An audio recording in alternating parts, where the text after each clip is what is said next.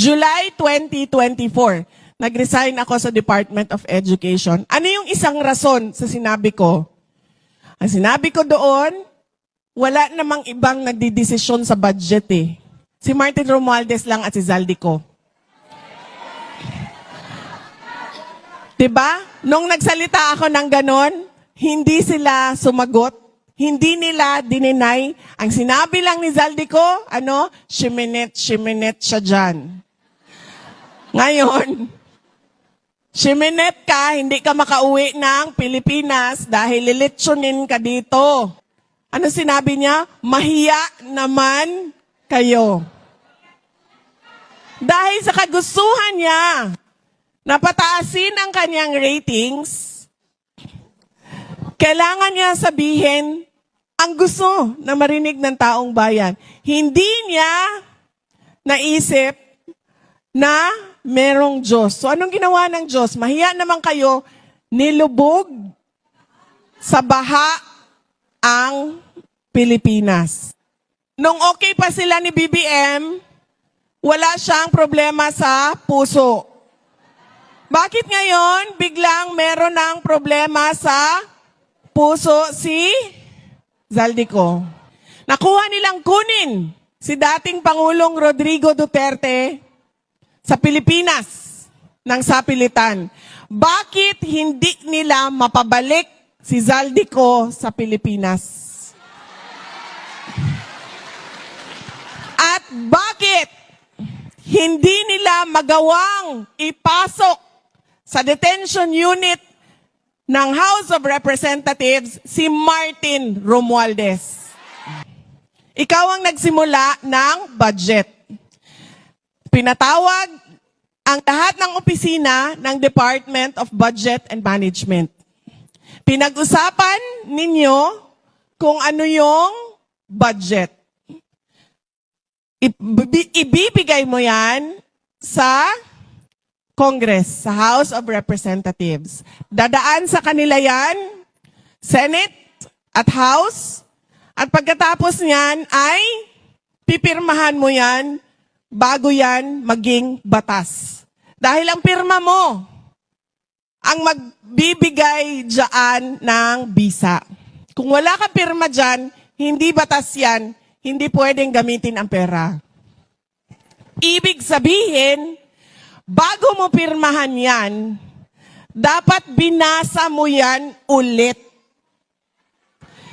Kasi kailangan mo tingnan kung yung budget mo na sinubmit ay yun ang lumabas at pinapapirmahan sa iyo. Pumirma siya ng budget na may mga blanco. Hindi pwede yun. Anong tawag nun?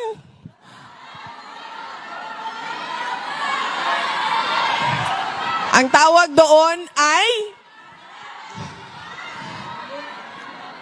culpable violation of the Constitution.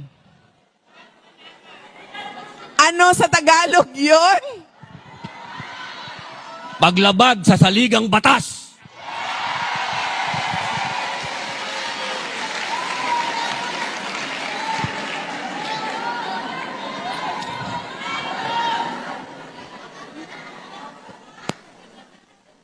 Kinuha ang budget sa PhilHealth. Dito talaga ako natatawa. Pati si Attorney Vic natatawa na rin. Kinuha ang budget sa PhilHealth. Sinasabi nila, tama yan. Tama na kunin yan. Yung savings dyan sa PhilHealth, kukunin talaga yan dahil gagamitin yan sa mga projects na hindi naman natin alam kung ano yung mga project na iyon. Sige, kuha. Pagkatapos ngayon, sinasabi nila, ibabalik namin yung kinuha sa PhilHealth, kukunin namin sa DPWH savings. Paano ka nagkaroon ng savings? Na, unang-una, hindi ka pa nagsasabi kung ilan ang savings mo. Pangalawa, may deficit nga tayo. Kulang nga yung pera. So saan nanggaling yung kaya sinabi ko, hindi na siya nahihiya sa panlilinlang pambubudol sa mga tao.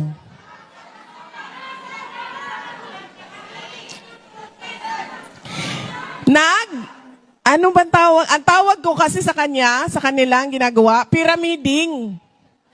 Kumuha ng pera dito, pagkatapos, okay, etong pera na dito, itapal namin dito. Ginawa nila yan sa amin, sa Department of Education. Kung maalala ninyo, ay nag-resign ako sa Department of Education noong 2023. July 2024, nag-resign ako sa Department of Education. Ano yung isang rason sa sinabi ko? Ang sinabi ko doon, wala namang ibang nagdidesisyon sa budget eh. Si Martin Romualdez lang at si Zaldico. Diba? Nung nagsalita ako ng ganon, hindi sila sumagot. Hindi nila dininay. Ang sinabi lang ni Zaldico, shiminit siya dyan. Ngayon, shiminit ka, hindi ka makauwi ng Pilipinas dahil lilitsunin ka dito.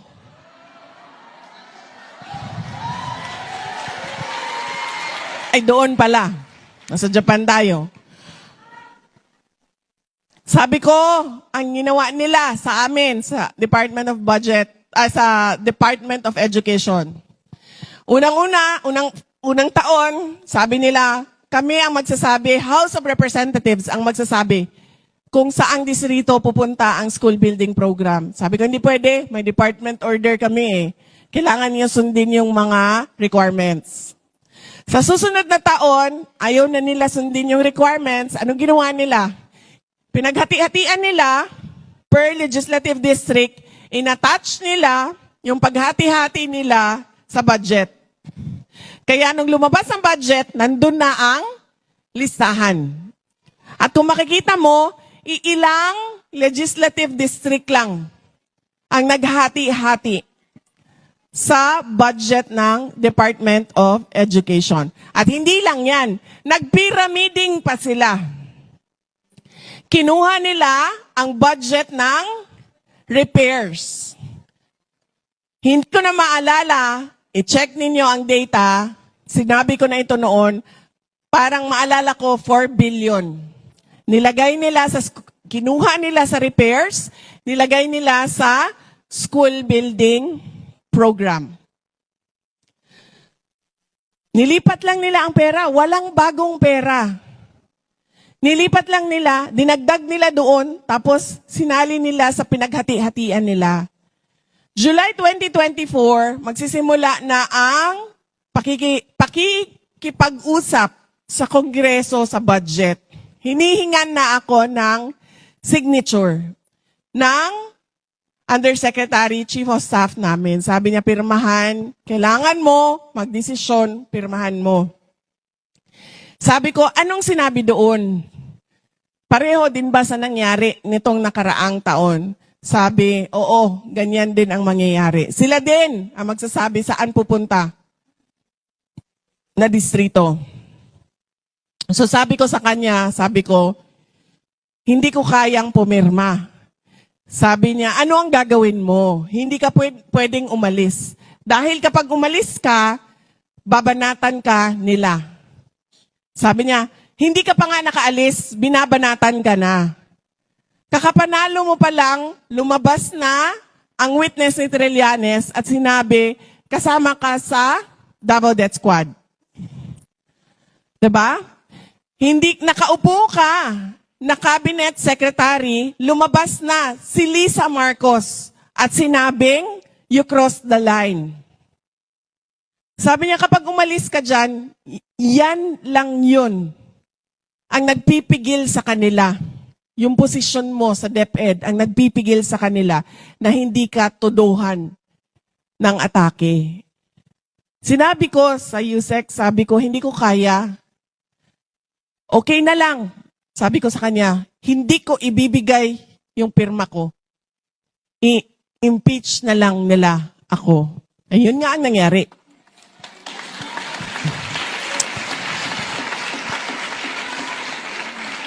Hindi naman namin imbento yun eh. Kasi November of 2023, nagsasabi na si Franz Castro, magpa-file kami ng impeachment. November 2023, nagsasabi na siya, may impeachment kami, may impeachment kami. Wala silang kahit anong ebidensya. Kaya, di ba, inatake na ang budget ng Office of the Vice President, nagbukas na sila ng hearing at lahat na para ituloy-tuloy ang pag-aatake nila. Na, ang sinasabi ko paulit-ulit, political scapegoating. Kasi pinagtatakpan nila ang ginawa nila sa budget. Pero dahil may Diyos,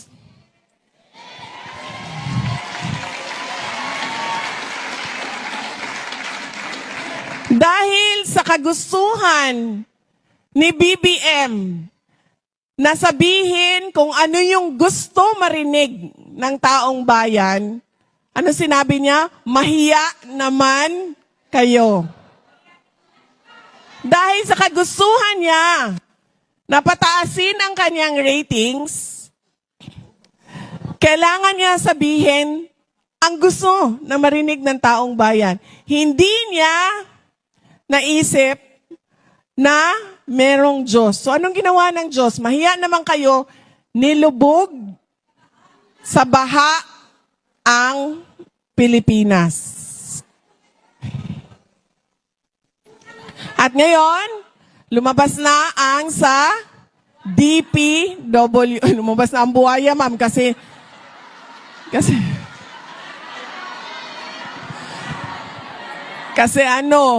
tumaas na ang tubig. Naglabasan na ang buhay. Uy, sandali. Nakita ninyo yung buhaya namin sa Davao? Nakita ninyo yung cake naming malaki? Oh. Oh, may buhaya din kami na lechon. Pero yung cake, nandyan na rin ata. Nandyan na? Ando na ang... Oh. Noong kami iniimbestigahan nila, kahit wala silang mahanap na rason para ikulong ang Undersecretary, si Yusek Lopez ng Office of the Vice President, kinulong nila. Ngayon, na lahat nagsasabi, kahit contractor, nagsasabi, kahit ibang congressman nagsasabi, si Zaldico ang susi sa pagkuha ng pera. Anong ginawa? Pinabayaang umalis ng bansa. Dahil daw merong heart problem. May medical leave daw. Bakit noon, nung okay pa sila ni BBM, wala siyang problema sa puso? Bakit ngayon, biglang meron ng problema sa puso si Zaldico? Diba? Nagawa nilang mangkin sa Turkey. At hindi yan gawa-gawa ha. May papel yan sa loob ng gobyerno ng Pilipinas kung paano nila ginamit ang tao, ang mga military para sa Turkey. Nakuha nilang kunin si dating Pangulong Rodrigo Duterte sa Pilipinas ng sapilitan. Bakit hindi nila mapabalik si Zaldico sa Pilipinas? At bakit hindi nila magawang ipasok sa detention unit ng House of Representatives si Martin Romualdez? Bakit?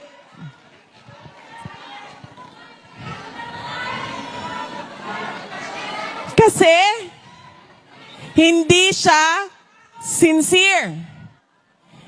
Hindi siya tapat sa kanyang mga dapat gawin. Unang-una, hindi na nga niya alam kung anong gagawin.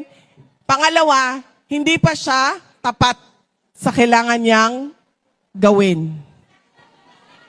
Yan ang kalagayan ng ating bansa ngayon. Yan ang pagkakamali natin.